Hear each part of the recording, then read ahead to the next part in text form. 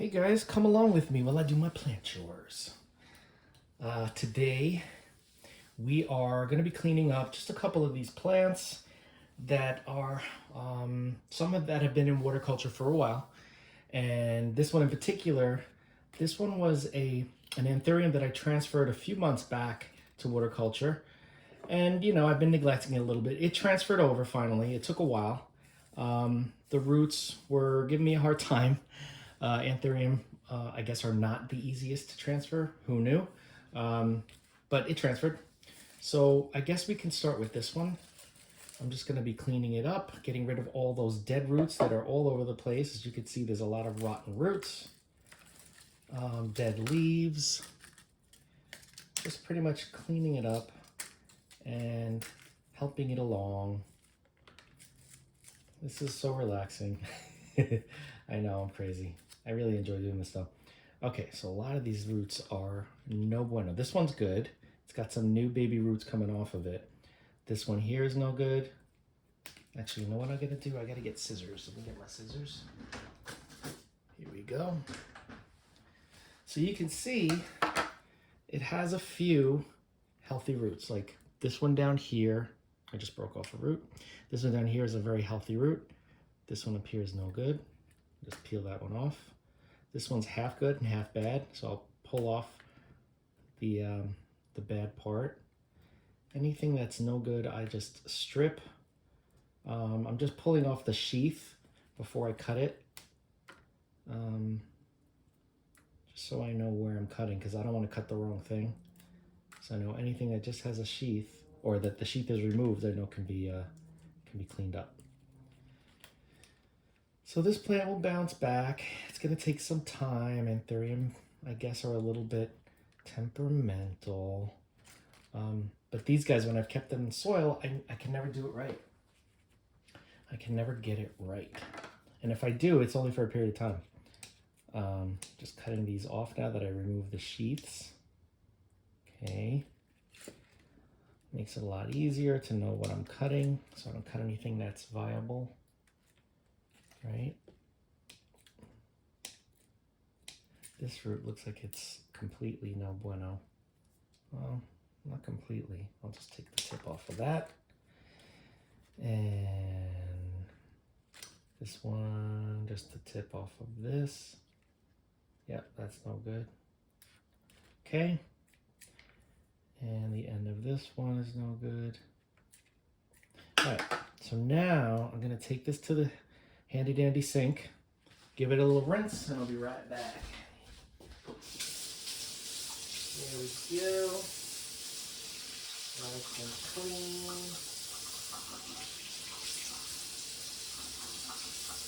Okay. So this is what we ended up with. This is 2 plants in one. I'm gonna keep them together though, because that's how it came. And, they'll keep each other company. I'm kidding. But I am going to keep them together. So these will stay as they are.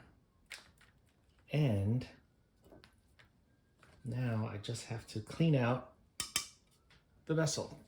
That water's old. Rinse it out.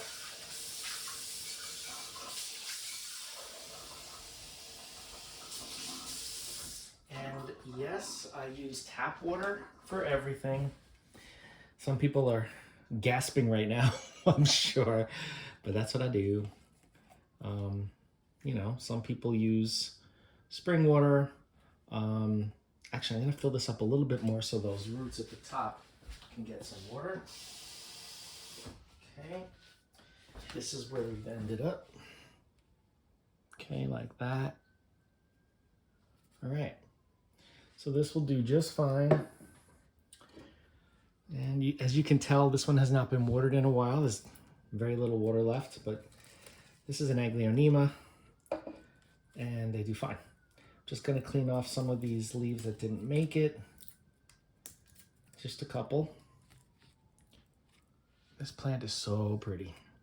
This is nowhere near light either. If I were to put this closer to like a window or a grow light, it would probably be leafing out a lot better than it is. But I have some new growth points in here. 1, 2, 3, 4 maybe. So yeah, the roots look great, but we just want to get more leaves on the top. So let me rinse this out. All the roots are healthy, as you can see. I just removed the dead leaves. These roots are beautiful. Look at this. Unbelievable. So I'm going to rinse out the vessel.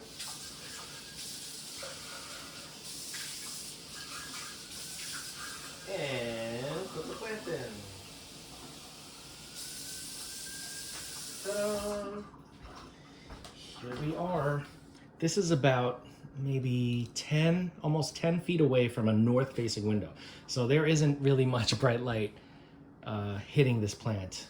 So I may have to move it someplace else because the growth is stunted. Well, not stunted. The growth is very slow because of that.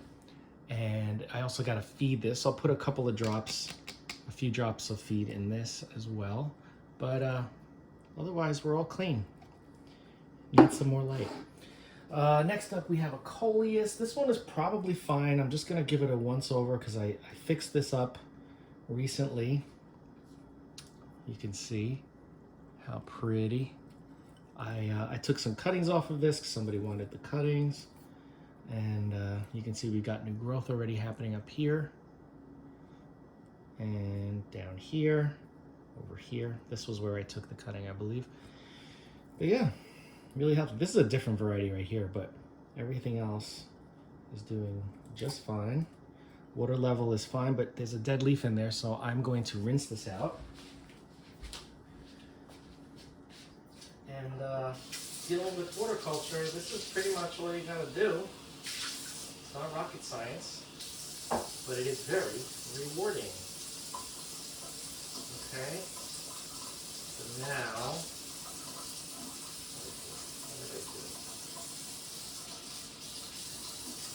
okay, so we got some fresh water, and we've got removal of the dead leaves. The roots look beautiful in there. This one is closer to a south-facing window, so this one gets more light, and you can tell because all of the leaves are brightly colored. They have really nice color to them, or deep colored, I should say. Look at that. I don't know if you can see the colors in that because my camera isn't so good, but this is maybe 3 feet away from a south-facing window, so the sun does come in and hit this plant, which helps it color up. So it's a good thing. This one goes back. And last but not least, I don't think there's much I have to do with this one. This is a, what is this? This is a Graptosedum solar flare, because I put the name on the bottom. Solar flare, really cool. I put this in acrylic, and we have, you can see we got 1, 2, 3, 4 growth points. No dead leaves, and this has been in the yarn for a couple of weeks, I'd say. A few weeks maybe longer, maybe a month. But as you can see, there are no dead leaves, no dried up leaves, because this plant does not need to tap into its reserves because, as you can see, there's moisture in there. See the condensation? So I'm gonna give this a little bit of water, but then I think this one is good. I don't need to do anything to this. It grew, it's starting to stretch a little, even though it's on a south-facing window. It is slightly etiolated, but that's okay, I don't mind.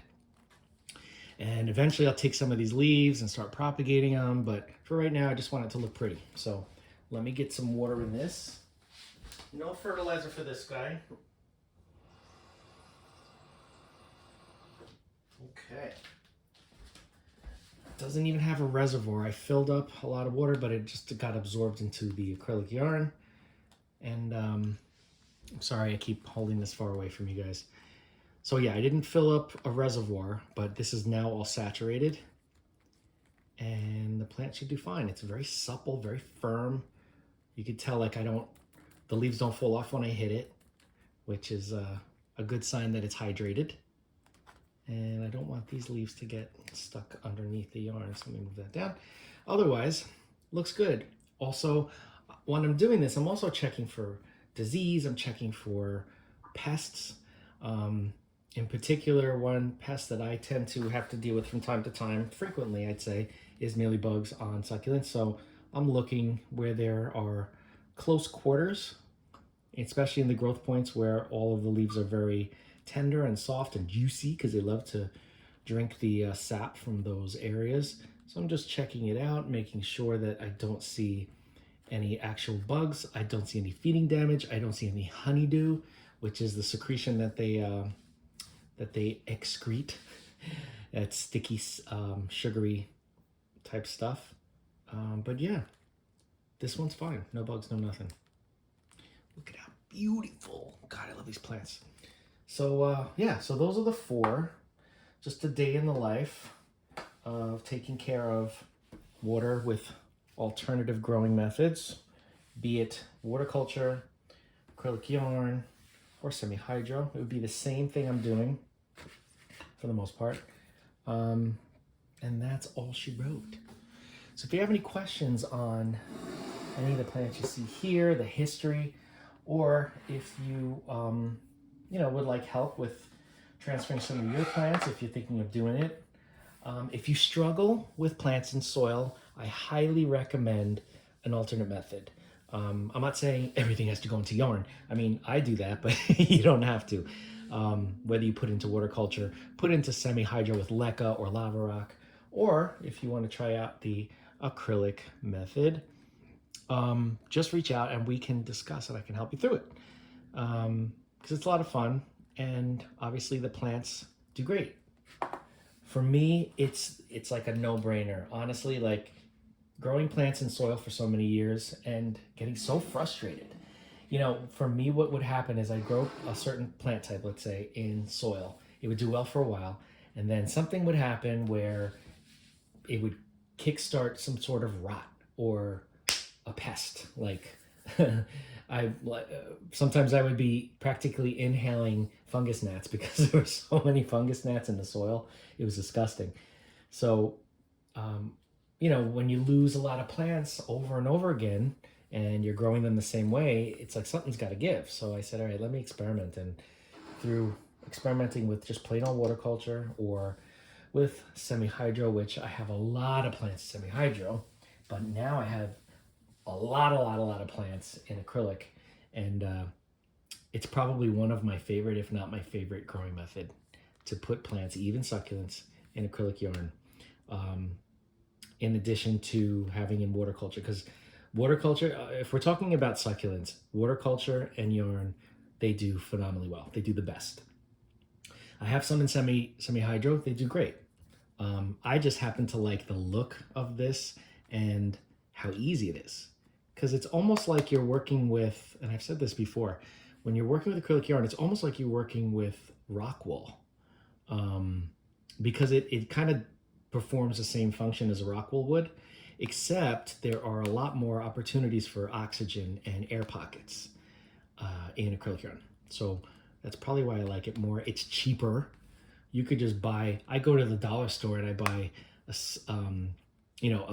a whole bunch of different colors of the yarn that they have there. And that, for some reason, with what I use the yarn for, the dollar store yarn is really, really good. Like when this dries up, if I were to just pour water in, it would saturate the whole thing. It's not like it gets hydrophobic and like the top layer stays dry. Some yarns do that. I know Red Heart, sometimes that will happen. The top portion, when it's dry for too long, will like repel water. But this yarn, I think it's called Just Yarn is the brand. It is phenomenal when it comes to this purpose.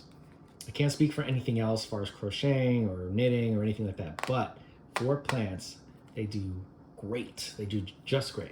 So that's all I've got for you in this video. If you have any questions about anything you've seen, reach out and we'll discuss.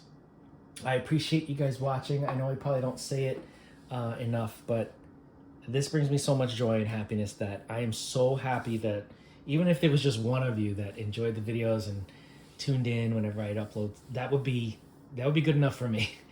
I'm lying, it wouldn't be good enough, but it still would be. I appreciate it. One person, at each person, I appreciate who watches. So thank you. Any questions on anything at all, please just reach out. I'm always available to talk. It may take me a little while if I'm in the middle of some stuff, but I will always get back to you. As long as I see that there's a message there, I will respond. And feel free to reach out about anything. and I will talk to you in the next video. So don't forget to like, comment, share, and subscribe. Hit that bell if you want to be notified, and I will see you in the next one.